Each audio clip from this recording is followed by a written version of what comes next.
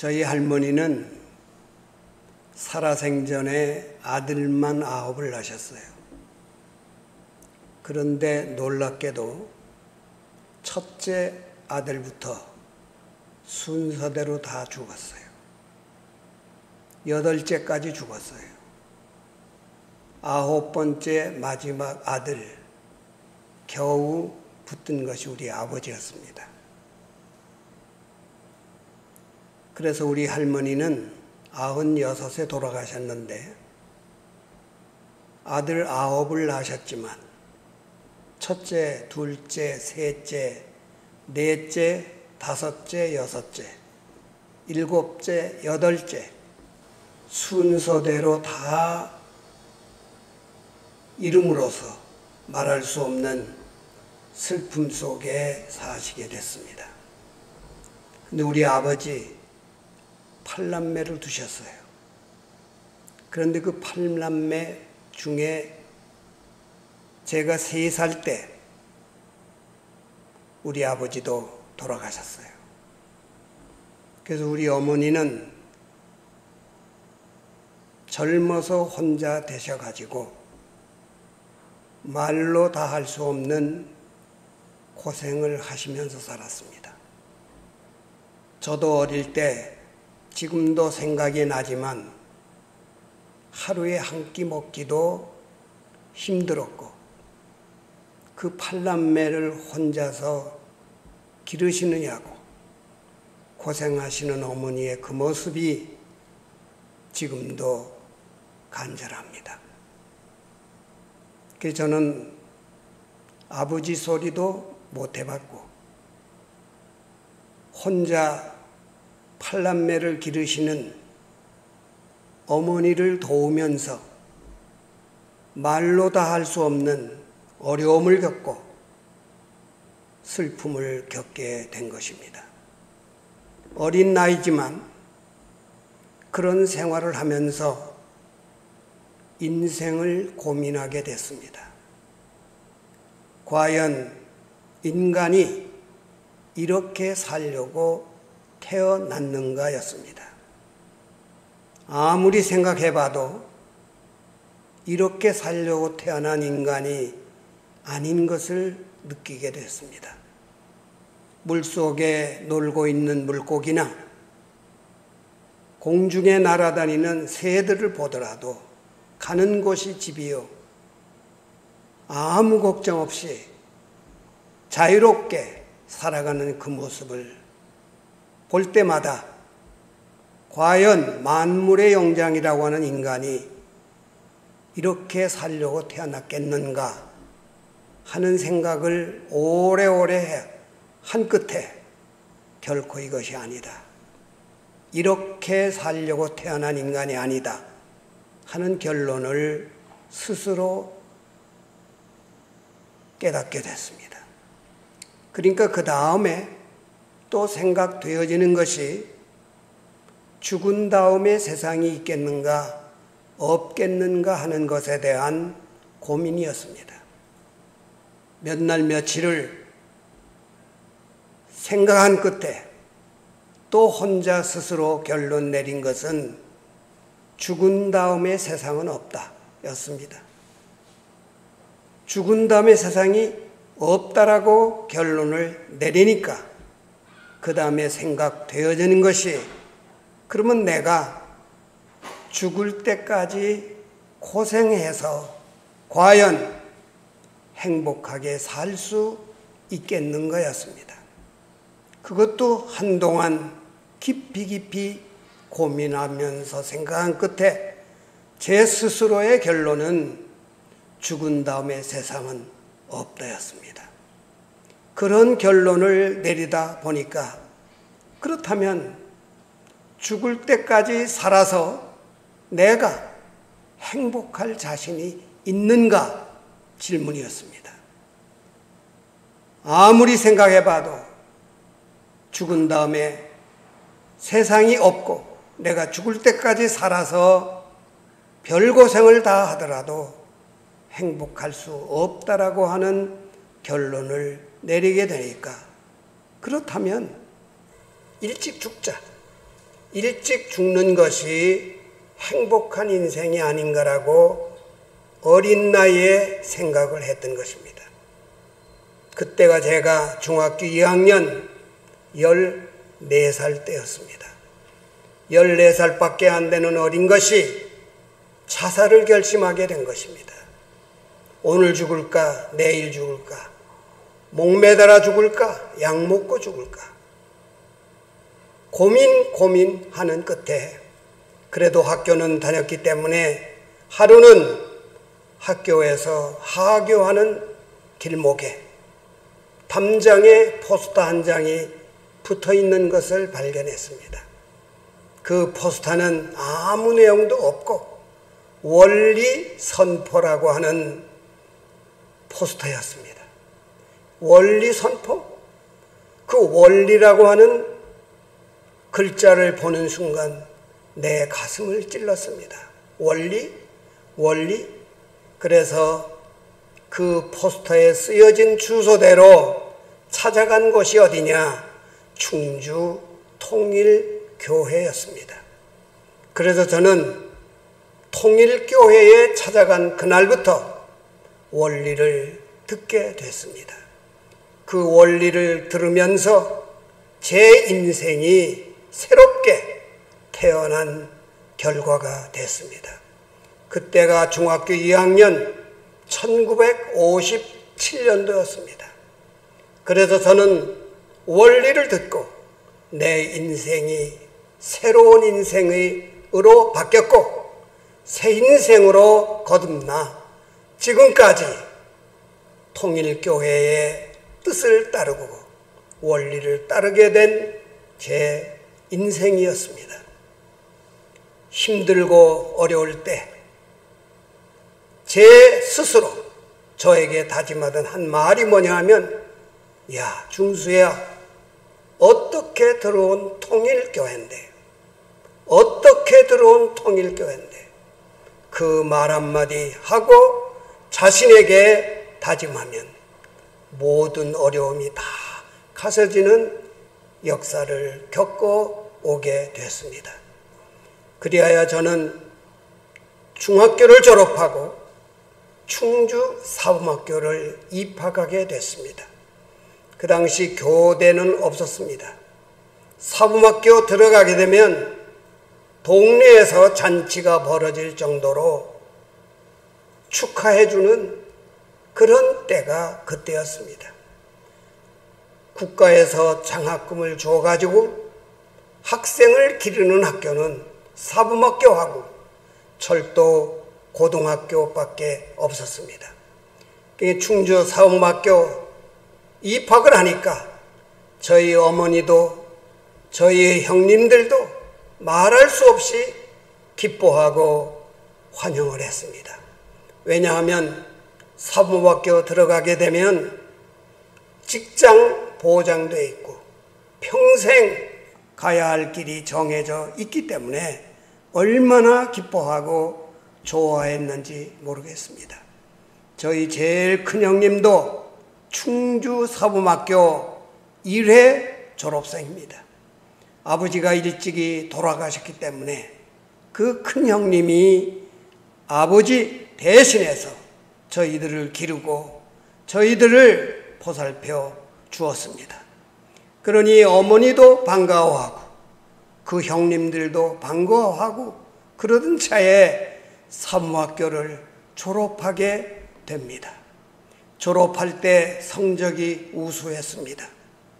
성적이 우수한 학생들은 1차 발령을 내줍니다. 뿐만 아니라 자기가 원하는 학교에 발령을 받게 되어 있습니다. 그런데 졸업을 앞둔 저는 제가 학교에 다니면서 저를 따라 교회를 나오던 어용, 이종우 두 동기생을 데리고 충청북도 교육위원회 교육청을 찾아갔습니다. 장학관이 왜 오셨습니까? 라고 묻습니다. 그래서 답변이 저희들은 한 가지 소원이 있고 그 부탁을 하기 위해서 찾아왔노라고 얘기를 했습니다. 그러면 그게 뭐냐 묻길래 저희 셋은 통일교회 교인입니다. 통일교회 원리를 알고 하나님의 뜻을 알고 보니 국민학교 아이들을 가리키는 것보다도 국민을 교육하고 국민을 인도해야 할 것이 더 크게 생각되기 때문에 소원은 뭐냐 하면 교사 발령을 내지 말아 주십시오 하는 소원입니다. 얘기를 했더니 장학관이 깜짝 놀라면서 A4 용지 하나를 주는 거예요. 여기다가 각서를 쓰라는 거예요. 그래서 제가 각서를 썼습니다. 아무개 상기 3위는 통일교회 교인으로서 소원이 있다. 그 소원은 국민학교 교사 발령을 취소해 주십시오 라고 하는 소원서를 쓰고 사인을 해서 제출을 했습니다. 그래서 저는 사범학교 졸업생 명단은 있지만 교사 발령 명단은 없습니다. 제가 코스타리카에서 만 18년 동안 선교하다가 들어와서 몇십 년 만에 사범학교 동창들을 만났더니 이종우, 어용 교장 선생님까지 하고 정년 퇴임해서 잘 살고 있더라고요. 저는 유일하게 졸업은 했지만 교사 발령 명단엔 없었습니다. 그것이 또한 지금에 와서 생각해 볼 때 자랑스러움이 아닐 수가 없습니다. 학교를 졸업하고 협회 40일 수련이 있었습니다. 그 40일 수련 제10차입니다. 수련을 받으러 상경해서 청파동 전본부교회 수련회 접수를 하고 제일 먼저 제가 찾아간 곳이 청파동의 화장실이었습니다. 그 화장실을 찾아가서 화장실 청소하는 몽당 빗자루를 제가 몰래 나만 아는 곳에 숨겨놓고 40일 수련을 마치는 그날까지 40일 동안 아침 저녁 화장실 청소를 하면서 10차 40일 수련을 받았습니다. 그때 제 마음은 수련을 받는 그 자체가 원리를 공부하고 배우는 그것만이 아니라 원죄를 갖고 태어난 타락의 후손이 대대적으로 연결되어 온 모든 죄악을 깨끗이 씻어내는 기간이 40일 수련 기간이라고 생각했기 때문에 아침 저녁 화장실 청소를 했습니다. 남의 눈에 띄지 않게 하기 위해서 남 일어나기 전에 일어나서 아침 청소를 하고 남이 잠자리에 듣는 그 순간 마지막 밤 청소를 하면서 40일 동안 흘린 그 눈물 지금도 새롭습니다. 그렇게 해서 40일 수련을 마쳤습니다. 20일 수련 받고 한번 원리시험을 치고 마지막 20일 수련을 마치고 두 번째 시험을 칩니다. 1차 시험엔 제가 1등으로 됐고 두 번째 시험에는 2등이 됐습니다. 전체 시험은 2등이 됐습니다.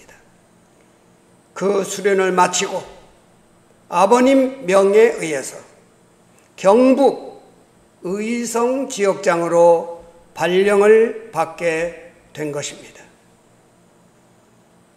군대를 갔다 온 기간을 제외하고는 62년도 의성 지역장으로 출발한 그때부터 지금까지 공직을 지키며 하루라도 공직을 떠난 적이 없습니다. 의성 지역장으로 발령받아 의성에 갔습니다. 이유선 형님 124가정입니다. 그 형님 어머님께서 그 따님하고 두 분이 사시는 방 2칸짜리 오두막집이었습니다. 그 집이 의성교회였습니다. 안방에서는 모녀가 사시고 그 웃방에서는 교회장인 제가 기거하면서 의성 지역장을 하게 됐습니다. 그런데 그때 협회에서 공문이 왔습니다.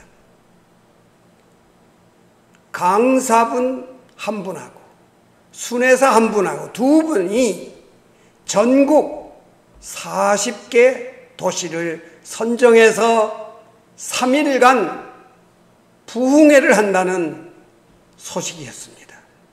그 중에 의성이 포함이 됐습니다. 그래서 의성에는 영계 가신 황한채 전 협회장님 그리고 이소담 순회사님 두 분이 배정이 되어서 의성의 3일 부흥회를 하기로 되어 있었던 것입니다.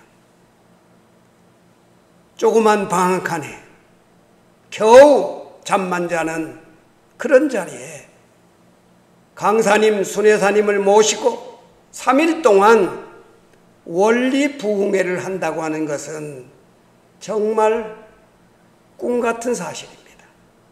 그래서 기도하고 기도한 끝에다 우선 그 의성 읍내에 2층 한 40-50명 들어갈 수 있는 2층을 빌렸습니다.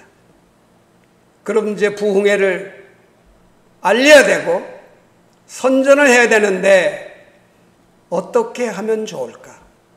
기도 끝에 그때 제 마음이 어떻게 결정됐냐고 하면 그 당시에는 각 버스 정류소마다 깡패가 있었습니다. 그래서 대구 깡패가 강하냐 안동 깡패가 세냐 그런 때였습니다. 의성에도 버스 정류소에 깡패가 있어요. 그 깡패 대장을 제가 찾아갔던 것입니다. 그 깡패 대장을 만나서 지금 무슨 얘기했고 어떻게 강해 지금 모르겠어요. 기억이 없어요. 호소하고 호소해서 결국은 그 깡패 대장이 저의 말에 감동이 되었던지 설득이 되어서 같이 교회 와서 먹고 잠을 자면서 기도하게 됐습니다. 그때 제 나이가 19살이에요. 그 깡패 대장은 키도 나보다 크고 기골이 장대한 대장이었습니다. 제가 새벽 4시 반만 되면 의성 성지의 기도를 갔는데 제가 기도 갈 때마다 그 깡패 대장이 저를 따라 다녔습니다. 하루는 성지에서 역사가 났어요. 제가 기도하는데 뭐가 쿵 넘어지는 소리가 납니다. 깡패 대장이 넘어간 거예요. 그러더니 깡패 대장이 제 바지 가랑이를 붙들고 아버지를 부르며 통곡하는 것입니다. 기도가 끝났는데도 통곡하는 거예요. 기도 끝난 다음에 그 깡패 대장은 저를 하나님처럼 두려워하고 저를 하나님처럼 모시기에 바빴어요. 됐다. 의성에 마침 아버님이 사주신 자전거가 있었어요. 그 자전거에다가 배터리 싣고 스피커 그 깡패 대장이 맨 앞에 둘러매고 저는 맨 뒤에 마이크를 잡고 부흥회를 선전하기 시작했습니다. 골목골목 아침부터 밤까지 부흥회를 알리면서 의성 은민들이 오소서 오소서 호소했습니다. 부흥회가 실시되는 전날까지 아침부터 저녁까지 골목골목을 누비며 선전을 하게 된 겁니다. 그랬는데 깡패 대장을 모르는 의성 은민이 거의 없어요. 그런데 그 깡패 대장이 스피커를 둘러매고 통일교회 부흥회 선전에 앞장섰다고 하는 그 소식이 의성은민들이 거의 모를 사람이 없게 됐습니다. 드디어 부흥회 시간이 다가왔습니다. 40-50명 들어가면 꽉 찰 그런 강당에 2층인데 계단까지 사람이 움직일 수 없을 정도로 꽉꽉 찼던 그 기억이 지금도 간절합니다. 정말 하늘이 함께 하시고 영계가 함께 한다면 못 이루어질 것이 없다라고 하는 확신을 그 당시에 19살 의성 지역장이 체휼하게 된 것입니다. 그때는 사진도 찍을 수 없고 그 깡패 대장이 지금 어디에서 살았는지 죽었는지 모르면서 살고 있지만 놀라운 하늘의 그 역사, 19살밖에 안 되는 어린 저를 통하여 역사하셨던 하늘의 그 기적이 지금도 눈에 선합니다. 그리고 의성에서 또 잊을 수 없는 하나의 역사는 덕은 모친이라고 있었습니다. 의성에서 한 40km 정도 들어가는 덕은면에 사시는 그 덕은 모친이 우리 원리를 알고 뜻을 알고 역사를 합니다. 하루는 그 집에 갔더니 아랫목에 잘 차려진 밥상보를 열어 대접해 주는 겁니다. 이거 어쩌된 일입니까? 그랬더니 간밤에 꿈을 꿨다는 거예요. 내일 지역장님이 오시니까 잘 차려서 대접 잘하라고 그런 꿈을 꿨대요. 그게 올지 안 올지 그 꿈이 개꿈인지 진꿈인지 알지도 못하면서 그렇게 귀한 밥상을 준비해놨다가 그 밥을 먹었던 기억이 지금도 간절합니다. 그 덕은 할머니는 그 당시에 장사를 다닌 거예요. 장사 가서 머무는 곳마다 교회가 있으면 새벽 기도를 갑니다. 그 새벽 기도 때 기도를 못하니까 그 당시 나의 맹서, 그 나의 맹서를 큰 소리로 기도처럼 호소하는 그 모습이 기도가 끝나면 그 교회 교인들이 우르르 몰려와서 아이고 권사님 혹은 뭐 집사님 어쩌면 그렇게 은혜를 많이 가지고 계시냐고 그럴 정도로 심정적이고 신앙이 돈독한 할머니였습니다. 그런 할머니 지금도 기억이 새롭습니다. 다시 한번 하늘의 역사가 함께 한다면 의성과 같은 그 조그마한 마을에도 감당하기 어려울 만큼 놀라운 역사가 이루어진다라고 하는 사실을 생각하게 됩니다. 그래서 오늘은 어떻게 들어온 통일교회인데, 어떻게 출발한 뜻길인데, 그 말 한마디가 모든 것을 이기고 극복할 수 있는 능력이 된다고 생각을 합니다.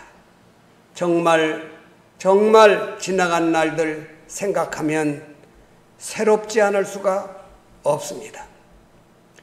한 가지만 더 말씀을 드린다면, 충주교회 용산동 조그마한 방 한 칸이었습니다. 5명, 6명이 앉으면 꽉 차는 그런 방이었습니다. 57년도 충주교회의 모습이었어요.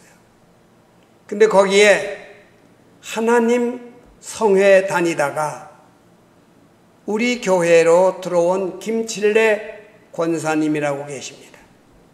그 김칠래 권사님은 일요일 예배 때마다 하얀 치마 저고리를 입고 오시는 분입니다.